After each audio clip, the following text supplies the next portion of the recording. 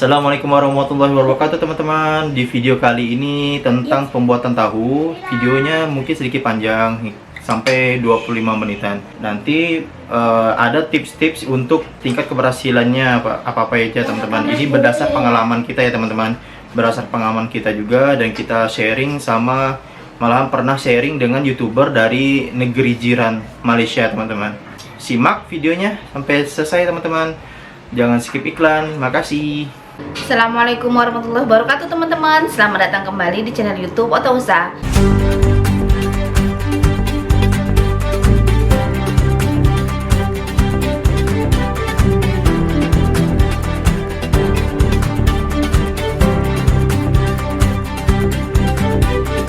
Nah teman-teman, pada kesempatan kali ini ada kacang kedelai. Jadi sekarang saya akan berbagi kepada teman-teman salah satu cara mengolah kacang kedelai teman-teman ya.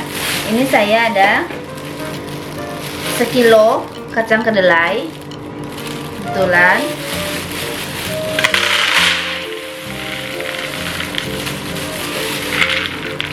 Ini kalau untuk daerah saya sekilo kacang kedelai itu harganya 10.000 ya teman-teman ya.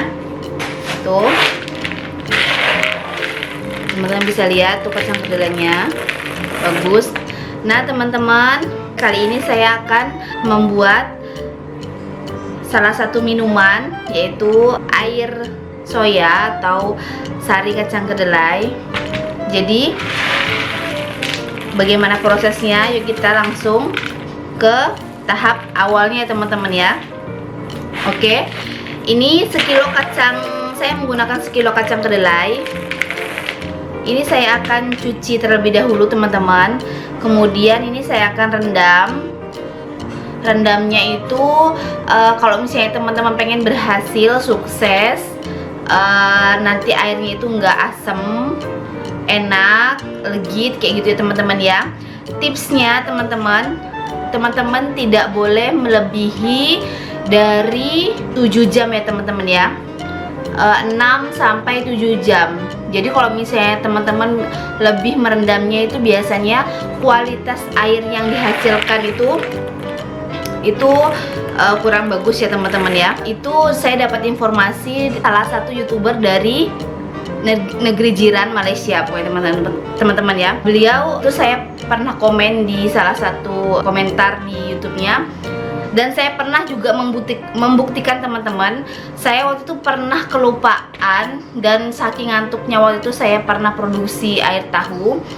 Jadi saya pernah melewatkan dari 8 jam tuh hasilnya tidak bisa diolah. Untuk air tahu bisa teman-teman, masih, karena waktu itu saya 9 jam dari tahap awal perendaman sampai waktu yang ditentukan itu 9 jam. Tapi untuk saya mengolah menjadi tofu, olahan puding dari sari kedelai, itu tidak bisa sama sekali teman-teman, gagal. Teksturnya tuh jadi bulir-bulir, tidak bisa beku menjadi puding gitu teman-teman ya. Jadi itu sangat mempengaruhi waktu perendaman teman. Oke, ini saya akan cuci terlebih dahulu teman-teman, kemudian saya akan rendam. Ini jam berapa sekarang ya? Jam 11, berarti kalau 6 jam ke depan Setengah 11 malam. Setengah 11, setengah 12. Oke teman-teman, jadi ini akan saya cuci, kemudian saya akan rendam 6 jam ke depan. Jadi sekitaran jam setengah 6 pagi nanti boleh kita olah. Oke. Dan untuk tipsnya lagi, karena ini sekilo, teman-teman ngerendamnya nggak boleh sedikit ya teman-teman airnya ya. Jadi takutnya nanti ketika dia mengembang, kedelai yang di atasnya itu dia nggak kerendam, jadi dia masih teksturnya nggak ikut ngembang teman-teman. Jadi usahakan menggunakan air yang banyak. Oke, ini saya akan cuci terlebih dahulu ya teman-teman ya. Nah teman-teman, ini kacang kedelainya udah saya cuci, dibersihkan dulu terlebih dahulu. Kemudian ini udah saya rendam ya teman-teman ya. Ini akan saya biarkan kurang lebih 6 jam. Nanti kita langsung tahap proses selanjutnya. Selain manfaatnya tuh banyak banget ya teman-teman ya, mengkonsumsi air sari kedelai ini, kita juga bisa nanti berbagi ke teman-teman bagaimana cara mengolah minuman kekinian dari air sari kedelai teman-teman ya. Oke, jangan lupa dukung dan support terus channel Otto saya teman-teman ya. Kita ketemu lagi besok jam 6. Nah teman-teman, ini kacang kedelai yang udah saya rendam.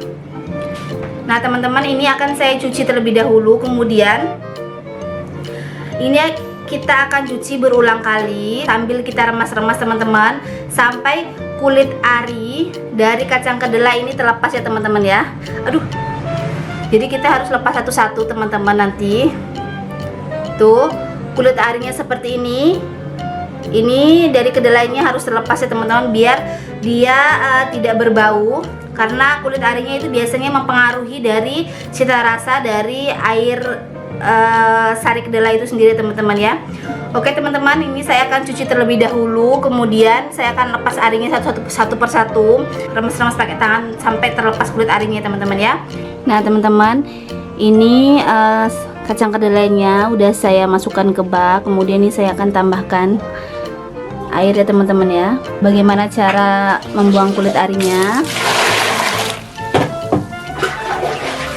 Jadi kita cuci dulu, kita remes-remes seperti ini aja teman-teman. Nih, kita remes seperti ini. Nah tuh, nanti kulit arinya itu terlepas sendiri dari kacang kedelainya ya teman-teman ya. Tuh teman-teman bisa lihat nih. Nah kita upayakan kita remes-remes sampai kulit arinya itu lepas ya teman-teman ya. Oke, kalau misalnya tidak bersih, kita langsung proses selanjutnya ya teman-teman ya.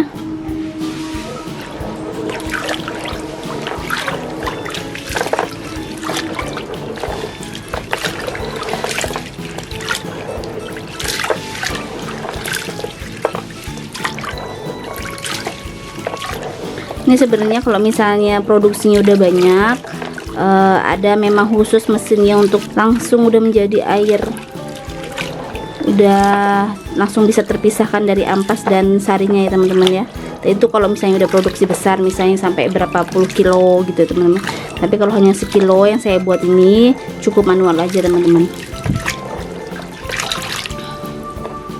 Kemudian langsung kita saring, keluarkan kulit arinya, kita bilas sampai memang benar-benar bersih ya teman-teman ya. Kita ulangi berkali-kali. Nah teman-teman, ini kedelai yang udah saya cuci, saya bersihkan, kemudian saya buang kulit arinya ya teman-teman ya. Dia menjadi teksturnya menjadi terbelah-belah seperti ini. Tuh teman-teman bisa lihat. Oke, selanjutnya kita akan memblender.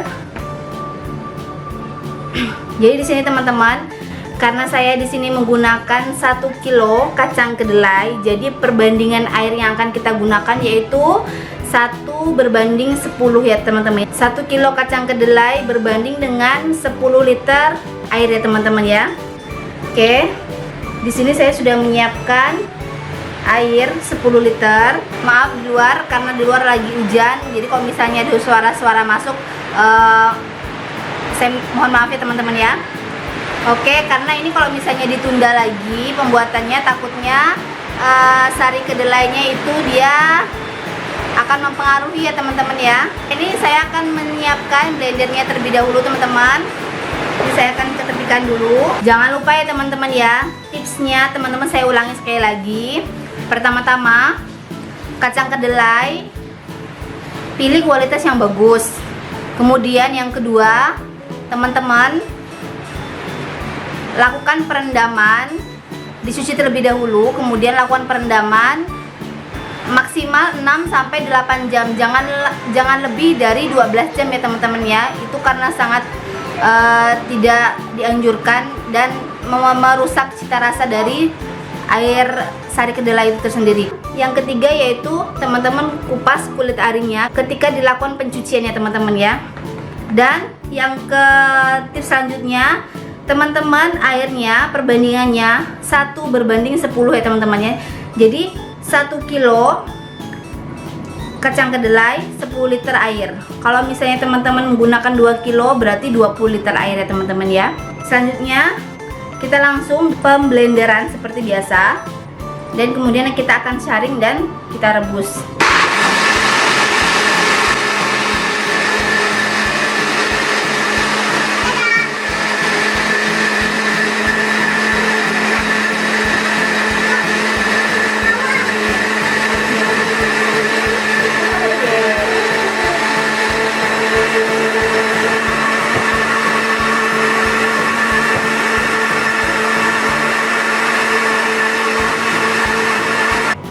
Nah teman-teman, nih hasilnya sampai halus ya teman-teman ya.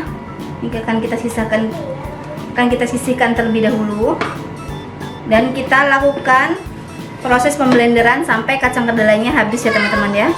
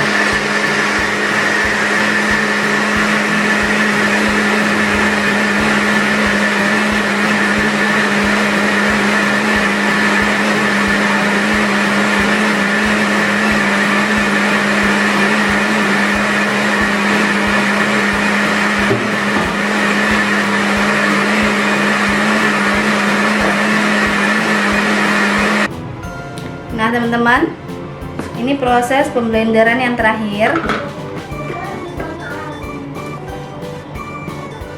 Nah ini sarinya teman-teman ya.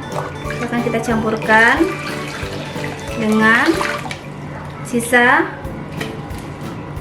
air ya teman-teman ya.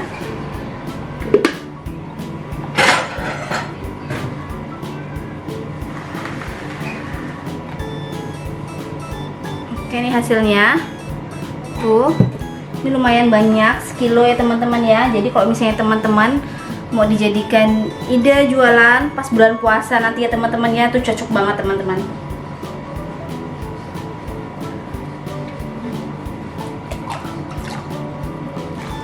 Ini langsung saya campurin aja.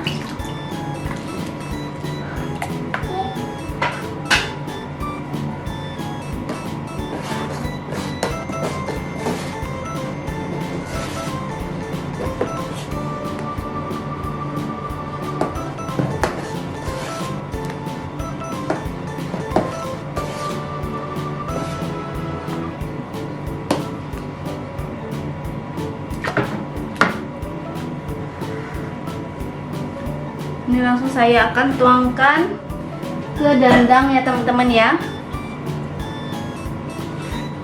Ini ke dandang seperti ini. Di sini saya menggunakan kain tipis untuk proses penyaringan biar lebih halus ya teman-teman ya. Karena saya pernah menggunakan saringan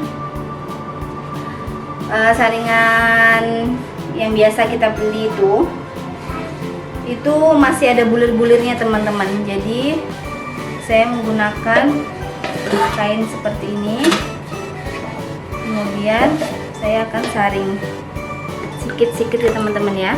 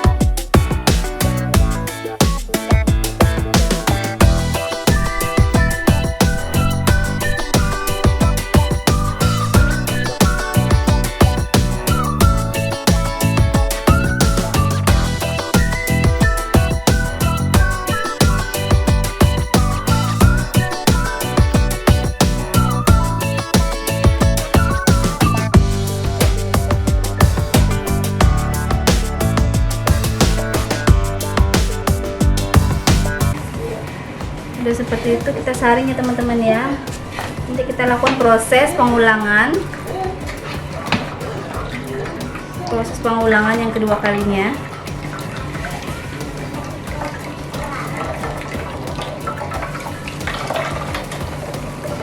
Tuh.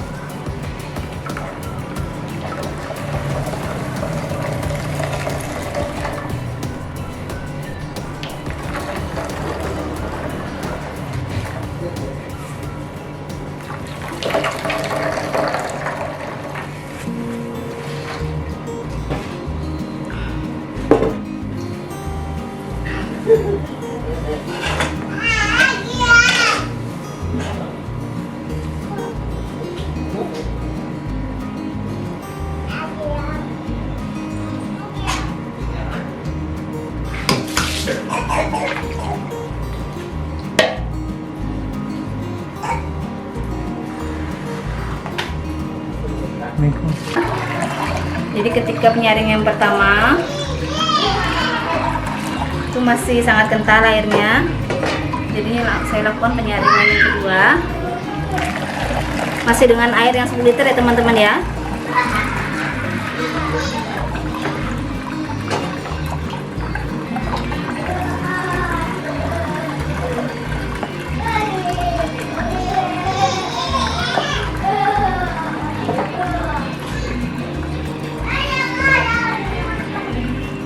Nah itu ketika udah penyaringan kedua itu udah agak lebih jernih, itu menandakan bahwa patinya udah banyak keluar teman-teman.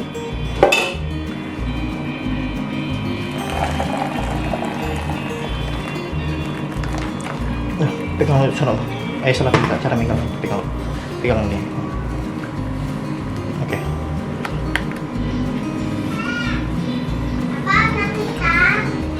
Nah teman-teman, ini udah selesai ya. Tuh teman-teman bisa lihat. Ini sari kedelainya masih kuning ya teman-teman ya. Jadi ini enak banget nanti. Jadi perbandingan air 1 berbanding 10 liter itu pas lah teman-teman menurut saya kekentalannya. Kalau misalnya kebanyakan air juga nggak terlalu enak teman-teman, nggak terlalu gurih. Oke teman-teman, ini akan kita rebus. Ini akan kita rebus sampai mendidih ya teman-teman ya. Nah teman-teman, ini hasil ampasnya ya teman-teman ya. Ampas dari kacang kedelai. Ini karena saya menggunakan blender manual, jadi ini sari manfaatnya itu masih tersimpan ya teman-teman ya. Beda kalau misalnya teman-teman pabrikan yang menggunakan mesin itu memang ampas-ampasnya aja. Jadi kalau misalnya kita menggunakan blender tuh sari-sarinya masih tersisa di sini teman-teman, nutrisinya. Saya akan olah lagi apa olahannya teman-teman.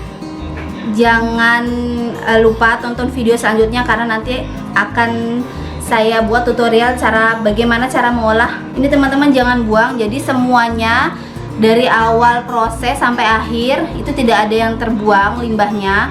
Memang semuanya diolah. Jadi airnya bisa kita minum dan bermanfaat banget, banyak banget manfaatnya.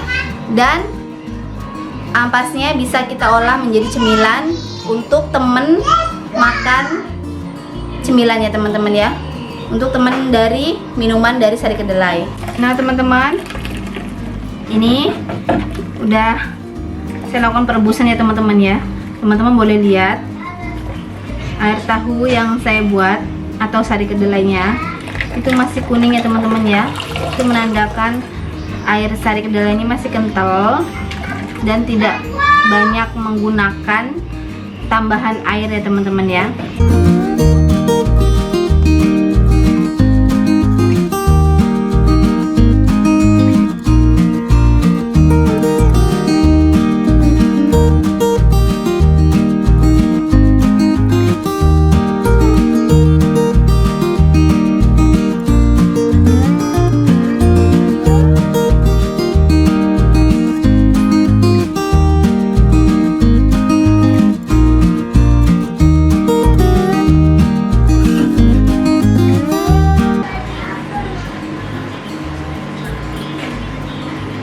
Nah teman-teman, ini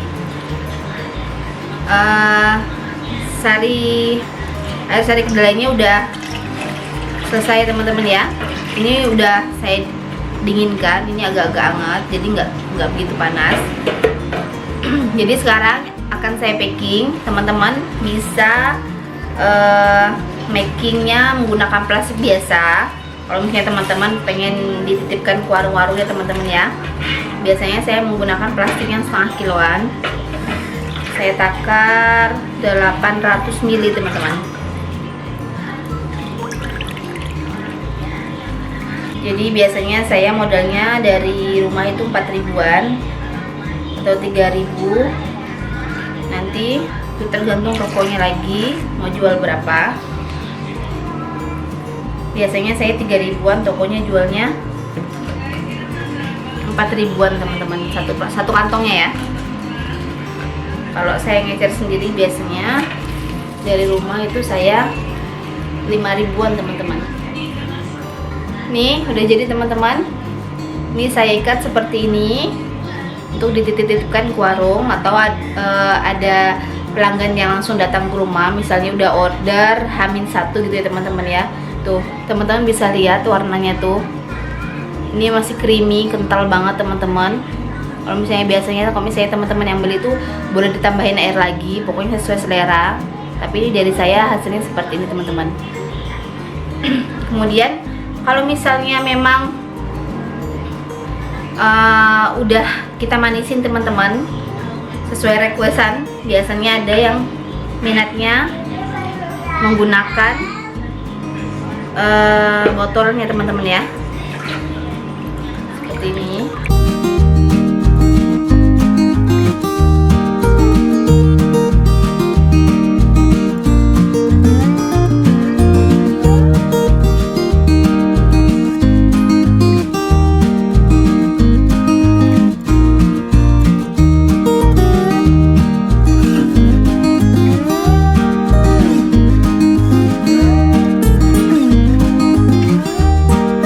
Yang lebih eksklusif menggunakan botol seperti ini, atau bisa membeli botol yang literannya lebih besar. Dan biasanya saya menempelkan di botolnya tuh teman-teman dengan stiker ya teman-teman ya. Ini contoh biar dia lebih mahal kelihatannya. Ini contoh yang biasa saya gunakan untuk jualan saya teman-teman. Saya menggunakannya seperti ini, stiker biar lebih cantik dia teman-teman.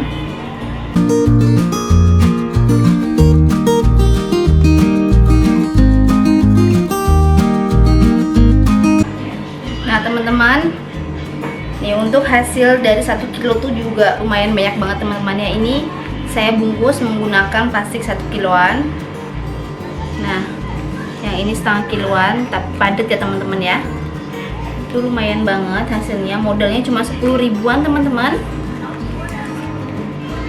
10 ribuan. Kalau teman-teman jual 5 ribuan udah untung berapa ya teman-teman ya. Dan ini yang packagingnya eksklusif tuh. Itu lumayan banget teman-teman ya. Hasil 1 kilo modal 10.000 bisa jadi sebanyak ini teman-teman. Oke teman-teman, terima kasih banyak yang udah nonton video gimana cara pembuatannya dari tahap awal sampai akhir. Dan jangan lupa teman-teman kalau mau coba ikutin tipsnya ya, karena ada langkah-langkah yang harus teman-teman di rumah ikutin biar hasilnya tuh bisa enak dan hasil akhirnya tuh kental ya teman-teman ya. Oke, terima kasih banyak yang udah nonton video channel YouTube Otak Usaha dari awal sampai akhir. Jangan lupa dukung dan support terus channel Otak Usaha dengan cara tekan tombol like-nya, kemudian kalian subscribe yang belum subscribe. Kemudian untuk berlangganan gratis jangan lupa kalian aktifkan notifikasi loncengnya biar selalu update dari video terbaru dari channel YouTube Otak Usaha. Oke, terima kasih banyak teman-teman. Mudah-mudahan video kali ini bermanfaat buat teman-teman semuanya. Selamat menyaksikan dan selamat nonton. Assalamualaikum warahmatullahi wabarakatuh, dan selamat mencoba ya teman-teman.